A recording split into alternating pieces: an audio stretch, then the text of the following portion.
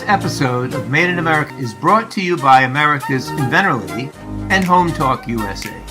Home Talk is a proud member of the King's Broadcasting Network, which has been bringing you the best in home-based innovation since 1998. Hi, everyone. Thank you so much for being with us for this episode of Made in America.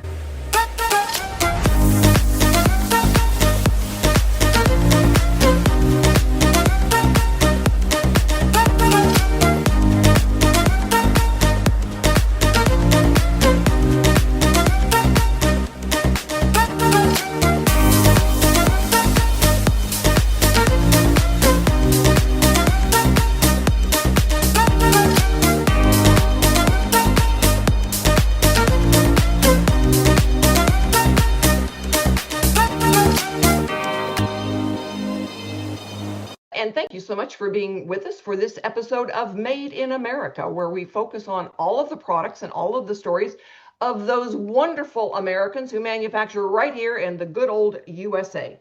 And my guest today for Made in America is Don Skaggs, and he has been working with different folks who have been manufacturing in America for some time, and is out of the wonderful state of Kentucky. And you know what? In Kentucky, they know how to make stuff. I think they know how to do. They know how to make stuff in a lot of the states. But you know, you're my guest, so we're talking about you and Kentucky. So tell us about some of the products that you know are made in America. Well, actually, right here in our building, we've got one, and we have a lot of our folks that'll actually work out of our building. And one of those is Bennett Gatto, and he has a company that is went through some pivots and movements and changes, and he's rebranded recently, and his company is now called Kinovate. And he came up with, it was originally called Balance Breeze, which actually I love that as well. But he is a physical therapist, and he had these patients that kept falling, elderly patients, and they just couldn't stand, they couldn't keep their balance. They would walk, they'd fall several times a day. Every time he was with these folks, they would they'd be fine. He'd say, okay, walk, stand with a wider stance, and walk like John Wayne, and you're fine. And there were. And then he'd leave, they'd forget that, and then they'd fall again. So he came in here one day. I got a ringside seat to this, and this was so cool. And he had sewn or taped or whatever up these pads on the inside of the thighs of these pair of briefs. And guess what? He had his patients walk around in these god awful ugly things that glue sticks and duct tape kind of thing, but it worked. And he said, they're not falling. I leave and they're not falling at all. And so he said, well, that's great. Okay, let's go down to a seamstress. And there was these two Russian sisters, or Ukrainian sisters, I think. And they were making, 20 pairs up for him. And that worked okay, but that had its limits. And he tested his market. He went to the Kentucky State Fair. He was selling them, and he said, I've got to have these made in mass. And we found this great company right here in Kentucky. It's called Stitch Kentucky, right here in Liberty, Kentucky. And they were doing all kinds of things. They were doing something for another inventor up near Cincinnati called the Bandy Belt. And they were just doing these great things, but she was hiding in plain sight. I mean, it's you really had to find and look and dig and figure out, okay, hey, this person's here and they're doing stuff. Could he have sent this all off overseas? Yeah. Would it have been a nightmare logistically? You typically always is. Yes. You've got a language barrier, you're shipping it, thousands of miles. And guess what? When he had an issue or he had a problem he needed to work out, this place is an hour away from this building. And guess what? He could load up samples in the car and go back and say, hey, Stacy, this is almost right here. Let's just tweak this one thing. And then now she's making it perfect. And it worked great. So, and we've had these Stacy people on. are out there. Yeah, we've had Stacy on the show. Yes. Made in America. She's been on the show. She's talked about what they're doing there. She's wonderful. I've sent inventors to her when they've had a textile product. And she is so wonderful, and she's an inventor herself, so she Yes, knows she she knows the is. roller coaster ride. She's And Even the manufacturing issues of trying to do something that is made in America, and exactly. all of the parts, the policies, the issues of manufacturing right here in America. And for some folks that are, they go into manufacturing mode, being able to get to the plant where it's being made is critical. I know I used to have people say, well, I'm going to China to see, about the manufacturing. It's like, call a travel agent, go on vacation, get somebody here who knows what they're doing. Yeah, I mean, yeah, why? There's so many resources right here in America that, and a lot of times people aren't really truly counting the cost because you've got the distance, and then there's all of these uncounted costs of time and expense and lost opportunity because it wasn't right, or they made a whole bunch, maybe the first article, well, the first one they make as a sample that they send back over to you. Oh, that looks great. And then they go do a big production run and they're horrific. Yeah. It's like we can't even use these. I have We're a gentleman in Colorado who had gone, he figured, well, my only option is to manufacture in China. The failure rate was so high that yes. by the time he took out the ones that had failed, and he couldn't ship them back, Yeah. they don't fix what's wrong. And so by the time he took out what was all of the bad parts, it cost him less to manufacture them here in America than it Mm-hmm. did to go overseas. So he goes, I Absolutely. just brought all the manufacturing back, and he's been manufacturing his product in California for a decade now. Yeah, and those relationships that you build here, if it's in your home state, that's great. If it's just somewhere you can go to, somewhere you can talk to, they're here in America, and it really changes the relationship of being close, that closeness. And you're not having to ship it, thousands and thousands of miles. A lot of people don't, even big companies, they really don't calculate this. I talked to an industry expert about this one time, and he's like all fired. Let's bring manufacturing back here. And he was even going on and on about, he said, even these large companies don't realize all the hidden costs of doing things overseas. Sure, it looks on paper. I'm sure some accountant somewhere has counted the beans, and they say, "Oh yes, this makes financial sense," but they don't count the whole thing. They don't, and they don't factor in the time. When it Yes, takes, you've got these holidays and this holiday, and right, the new year that lasts for a stinking month. right. And so time is valuable. There is It one is. thing you cannot invent more of, and it's time. You Yeah, can invent more of it, almost anything in the universe except time. And yes. so, we've talked about the issue that time is not your friend in the inventing realm. And No, so those days or weeks that they are out is a big deal. yeah. And so when we look at it, say, all right, you factor in the time, you factor in the failure rate, now the shipping time again, Hmm. and so by the time it gets here, there's a lot of things that go into it besides just that base unit cost. Exactly, And exactly. so when the inventor, when somebody says, well, what is your, shipping cost? What is your manufactured cost? You know, there's a lot of things that go into that need to be added to that manufactured cost that a lot of inventors miss on the get-go, and then they realize Exactly. they're going in the hole. Yes, yeah. And they realize it too late. Yeah. So when Where, it I mean, in making stuff here is just so much more scalable. I'm Yes. a big fan of scalability. Can you make one? Can you make 50? Can you make 100? Can you make 1,000? Can you make 10,000? So And if exactly. you have that ability to scale in a lot of small manufacturers, and I'm a big proponent of small manufacturers, I think they are the unsung heroes of this country, and they'll want to work with you. It's not Yes. like this big corporate, oh, well, we have to check with these, 5 different departments before we do something at all, before we sneeze or blow our nose. No, you've got somebody you're working with. They're small, they're scalable, they're nimble, just like you are, and they'll understand that a lot better.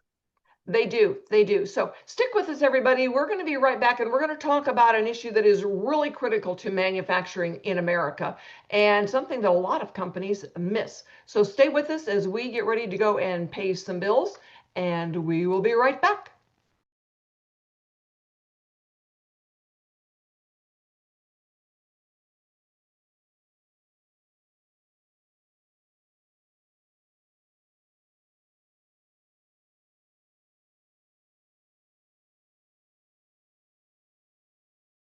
And thank you so much for being with us for this episode of Made in America. And we love to talk about products that are made right in our own backyard. And my guest for this segment is Andre Roy. Andre has been manufacturing for 15 years now or so, around there. A product Correct. called PineRite. I use it. I have been using it for my entire family has PineRite in their house, their kitchen, their bathroom, wherever they need it. This is an amazing product. And Andre's been working, he manufactures right there in Colorado. But Andre, tell everybody, what is PineRite? PineRite is a heavy-duty hand soap made from pine trees, and the pine trees that are used are from my forest. We really truly believe it's the best heavy-duty hand soap in the world. It's the only one that can say the more you use it, the better your skin gets. And Well, I truly don't believe there's a better product out there. I would agree with you, since I am a, very fond user and happy user, and my entire family has been using PineRite forever. So, it's funny because I've got an ex-husband and I am fairly good friends with his wife. And I was sending her, PineRite and told her to order it. So she now orders her own PineRite.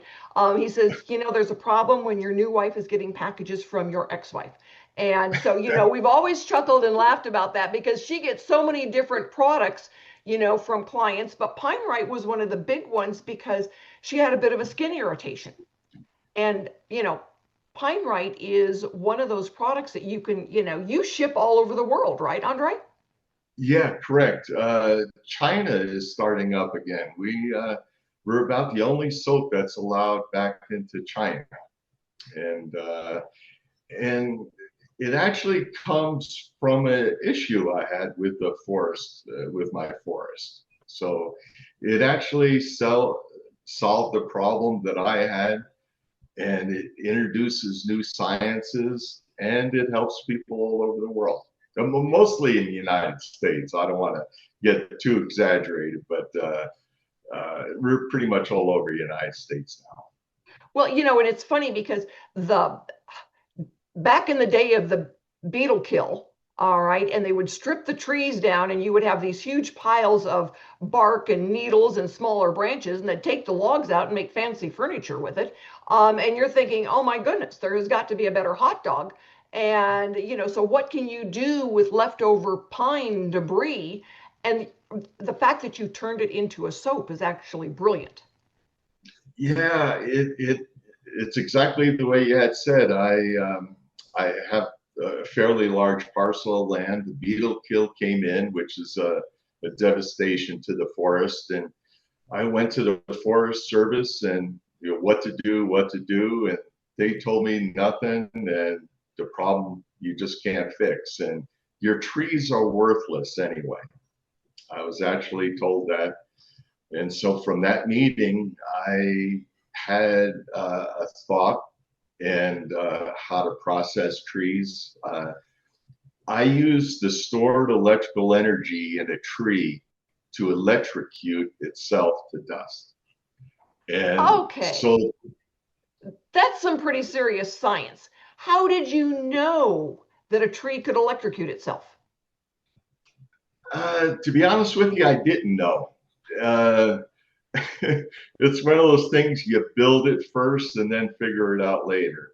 And yeah, I know it sounds funny and a little absurd, but I built my machine.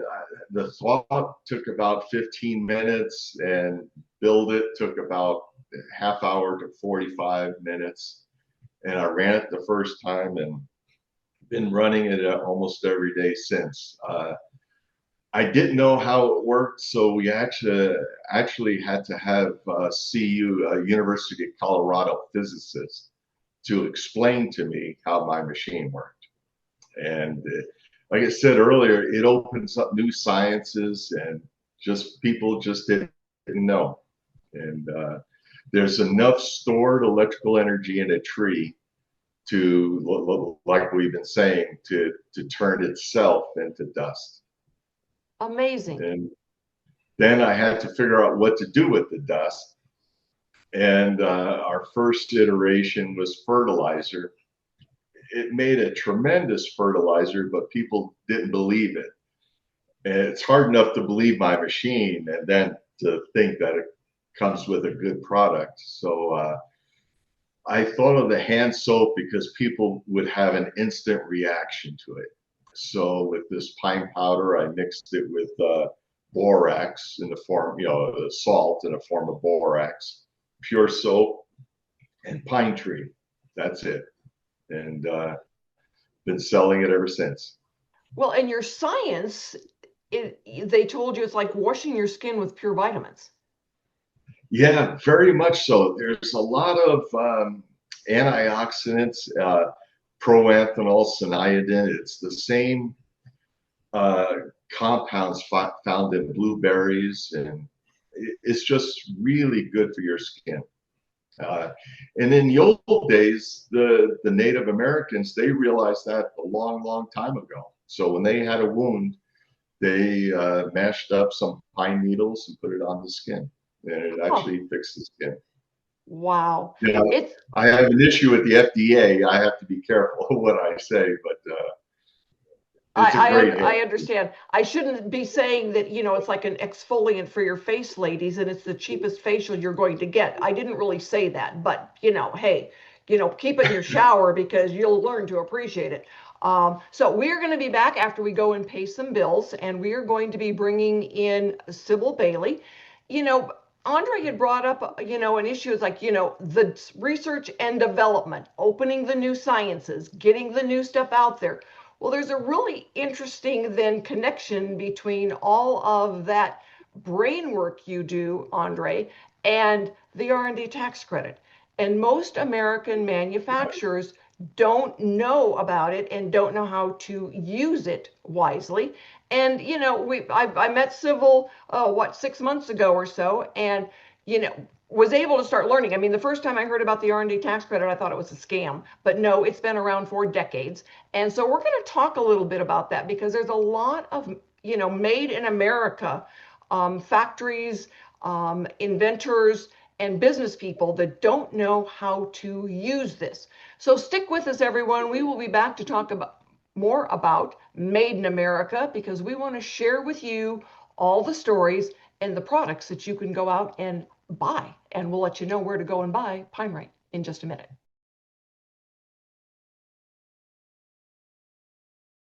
Hello, everyone, and thank you so much for being with us for this segment of Made in America. And we want to let all of you know, all right, about these wonderful products that are made right in your own backyard. And a lot of them are available at the madeinamericastore.com. It is a vacation destination, just in case you need to go shopping on vacation. Made in America store has got, feet on the ground in New York. But the PineRite has been sold there. Andre, you said you've been selling on the madeinamericastore.com website for about 5 years. And what really impressed me about them is I had to prove that every element and even all of the packaging was made in the US. So when you sell to them, you actually have to prove that it's all made in America, which I find really neat. It is. It's a, wonderful how they double check everything. So it's not a They matter of certainly just, do. you can't just put it on the package. They double check. Yep, I think it's wonderful. So, and for a lot of folks, it's like, well, you go into different places and, you might read a label, but it doesn't mean that the place the retailer has double checked all of that. And so we're very pleased to know that the Made in America store.com really does double check all of that. Correct. You got to show them proof. So, and a lot of manufacturers and, the folks who are making it, there's a difference between the manufacturer and then the company that is having it made. They're not always the same. Sometimes there's, a little bit of a, swing in there. But you actually manufacture your own product. You go out to your warehouse and you watch it be done. Correct, Andre? Very, very much so. And there even are trees. Yeah, there are your trees. So when you are, going through this, and I know you told me you've got a new product that's in development, you are constantly watching, doing the research and development as you improve your product. Very much so. Well, it's very simple concept. The more you have to sell, the more you sell. So we're always trying to find different things. We've more than experimented with lotion, with our pine oil. We actually turned trees into a pine oil, and that's been real successful. So growth in a company, you have to have new items. It teaches you, it teaches the customers, and it keeps you in better shape financially. So it's a win-win.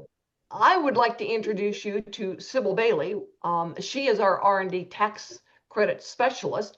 And, as you're going through, your production and, you're making the next new product, understanding that, hey, that R&D tax credit out there is something that you as a manufacturer, feet on the ground in America, can use to your advantage. So, Sybil, thank you for being with us today. It's nice to have you. Yeah, nice to be here again. So, how can a manufacturer like Andre take advantage of the R&D tax credit?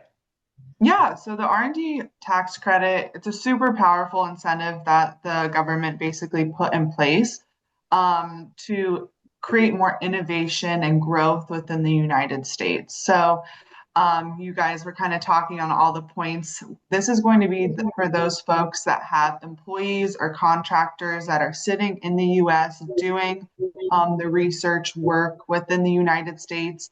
And in doing so, can receive a dollar for dollar reduction on your company's tax liability. So a nice little tax credit at the end of the day for keeping that innovation within the United States. You were kind of talking on some of the points, Andre, that the government really wants to see, the IRS wants to see to ensure that a company is eligible for the credit. So one, there must be a permitted purpose. So that activity that you're doing or creating or improving a new product must be established. You must go through that elimination of uncertainty, which hearing of your story of how you kind of came to the product that you now have, it definitely sounds like you walked through some of those uncertainties. Three, it must be technological in nature. So it must be based on a hard science. And then four, you must go through that process of experimentation. So at least for your company, it sounds like you're checking all those boxes pretty easily. Yeah, the product that you brought to market. So, Sybil, how far back could Andre go to take advantage of that credit? Yeah, so there's a 3-year moving window. So if you haven't ever claimed the credit, now's a great time to jump on it, but you can look back up to 3 years and also claim the credit for those 3 prior years if you haven't claimed it. You can use all those credits against your income tax liability. So, Great. Andre, do you have a question for Sybil? When you talk about R&D, a lot of times you're selling a product at the same time. You're putting it up the flagpole to see if people salute. If it doesn't work out, is that a good example? Would I be able to get a credit for that? Yeah, that's a perfect example. So, like I mentioned, they want to see that you went through that elimination of uncertainty and that process of experimentation process. So, even if there are products that you weren't able to get to market, as long as they're a part of that roadmap of getting to that final product that you ended up with, there's definitely some qualification there. And our team would be happy to kind of walk through those details with you. But it definitely, a finished product is not the only product that we'll be able to kind of look into. Great, great. So I think, when I first found out about it, and I've learned a lot since then, I know just enough about the R&D tax credit to not try to answer any questions, but to call Sybil. Because, that's, it's like practicing law without a license. You do not practice tax without a license.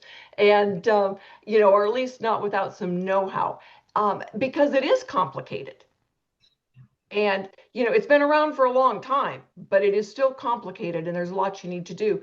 So for the folks that are licensing, all right, and it's being manufactured someplace else, they don't have the same advantage that Andre does, where he's manufacturing, right in his own backyard and, constantly fine tuning the product. Yeah, that's an important to fine tuning and just experimenting with different soaps, let's say, as an Yeah. example, made in the U.S.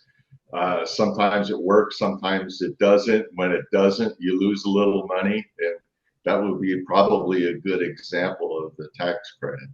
Yep, that's a perfect example. Yeah, the government wants to see it wasn't a super clear paved path, that you had to go through some of those trials to get to where you got to in the end, and they understand it's a financial risk in addition to kind of the other work that you're going to be doing to get that product to market. So that's kind of where the credit was first established, is to kind of give a little bit of a kickback for continuing that innovation within the US and keeping those employees within the United States as well.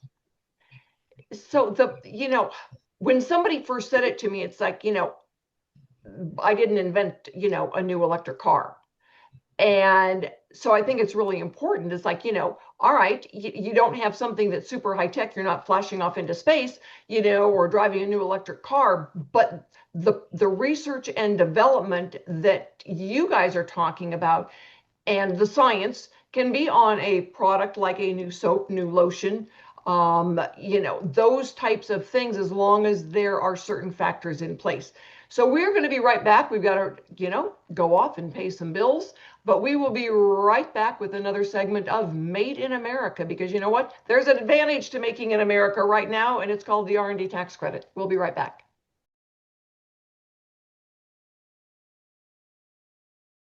Thank you for being with us for this final segment of Made in America. This segment is brought to you by Product Quick Start. They do a lot of the different manufacturers prototyping, teeing up for manufacturing in America or any place else that makes the most sense for the cost of the product. Noah McNeely is our man for manufacturing. And we have got two guests right now. We've got Sybil Bailey with the our R&D tax credit specialist, although that's not the name of the company, that's the name of the program, and Andre Roy, the inventor of PineRite, which is the most amazing soap I've ever used in my life. And my entire family always gets it in, their Christmas stocking. So the R&D tax credit, Sybil, the company, give us the company name.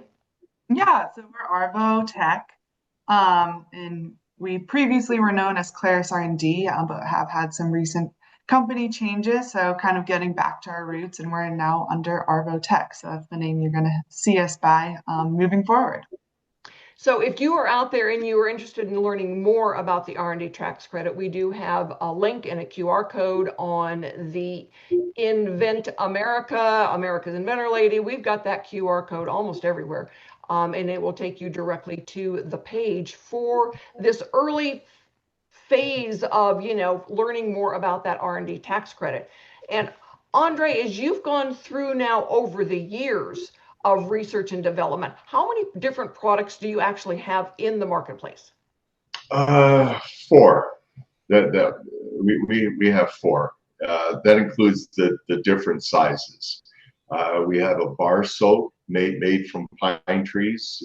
We have the pine oil, and we have probably the best soap in the world, Katie PineRite, for the ladies, and then the regular PineRite. And I do have a question for Sybil. Part of the R&D is attorneys, large attorneys' fees, as far as getting the patent. Would that be included in the? So unfortunately, those fees aren't going to be captured. The main areas that are going to be captured for the calculation are going to be Box 1 W-2 wages for US-based employees, contracting expenses for US-based contractors, and supplies that were consumed or destroyed during the R&D process. So adding those three areas, the three buckets up, the credit will roughly be 7 to 10% of those qualified research expenditures. But as Rita mentioned, using that QR code, you can definitely schedule a free consultation with somebody from our team. We can walk through kind of what your credit could possibly look like and other inventors that are interested in claiming the credit as well. Great. So we're getting your information out to a lot of the different manufacturers in America that are going through, because a lot of times when they're like on Andre, you've got your baseline product, but you're constantly looking at fine tuning, you're looking at the new technologies. And so for anybody that feet on the ground in America, that Made in America gives you then that easier access to the R&D tax credit. Yes, definitely. Yep. And I know that, one of my guys had asked, and this is a good question for you right now, what is the difference between taking a deduction and a tax credit? Yeah, so the tax credit is going to be used against your income tax liability. Another way that you can also use the credit is you can use it against a portion of your payroll taxes. The FICA portion, so this also allows those younger companies to also claim the credit. So as Rita mentioned earlier, this credit has been around since like the 1980s. When it was originally established, it was really only those larger companies that were claiming the credit because they're the only ones that had that income tax liability to actually use the credit against. But yeah, with the PATH Act in 2015, this then allowed younger companies such as startups to also claim the credit and continue to claim the credit into kind of when they become a more established company as well. So I think that the greatest value is to those, they've gone, kind of deep into maybe the startup phase where they're actually producing the product. Yep. Because, you need either employees or contractors, people coming in and doing the work that you're taking it against, as opposed to what we would look at as being just a deduction. And I don't mean to minimize deductions. We use them all the time and we're grateful to have them. But there's a difference between what you can use the R&D tax credit on and what you would take as a deduction. A business deduction would be your patents. Yeah, so a business deduction would reduce the your taxable income, where the credit itself is going to be a dollar for dollar reduction on the taxes that you actually have due. So some folks would be using both, depending on which category they're in. Possibly, yep. And we have a full team of CPAs and R&D tax experts that can walk through those kind of details on a company by company basis. We're happy to talk to their CPAs. We really want to just make sure everybody's understands the credit that could possibly be claimed, and then also make sure they're using it properly. So I think one of the advantages, especially for you, Andre, is the fact that you can go back now for 3 years. And yeah, I got to give Sybil a call. Yeah, definitely. We could very much take advantage of that, and it's there for a good purpose. So it makes sense. Yeah, it's made for companies like yours, and we'd be happy to have that conversation. So that'll be excellent. And as I've gotten to know more about it, it definitely helps more for the folks that are, getting their product out there and into the marketplace, as opposed to somebody saying, oh, gee, let's go manufacture this. and they're just getting started because they haven't done the research and development for, what, 12 years, Andre, that you've been doing it?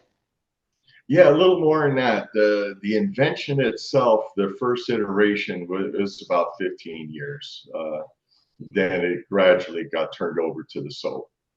So I think it's been, about 12 years since you went to that first show with us. So anyway, everybody, thank you so much for being with us today for this segment of this episode of Made in America. And we will be back in a couple of weeks with another Made in America. In the meantime, I know that the CPA guys will be on next week with, more information about the policies of manufacturing in America. So join us every week, guys. We're there.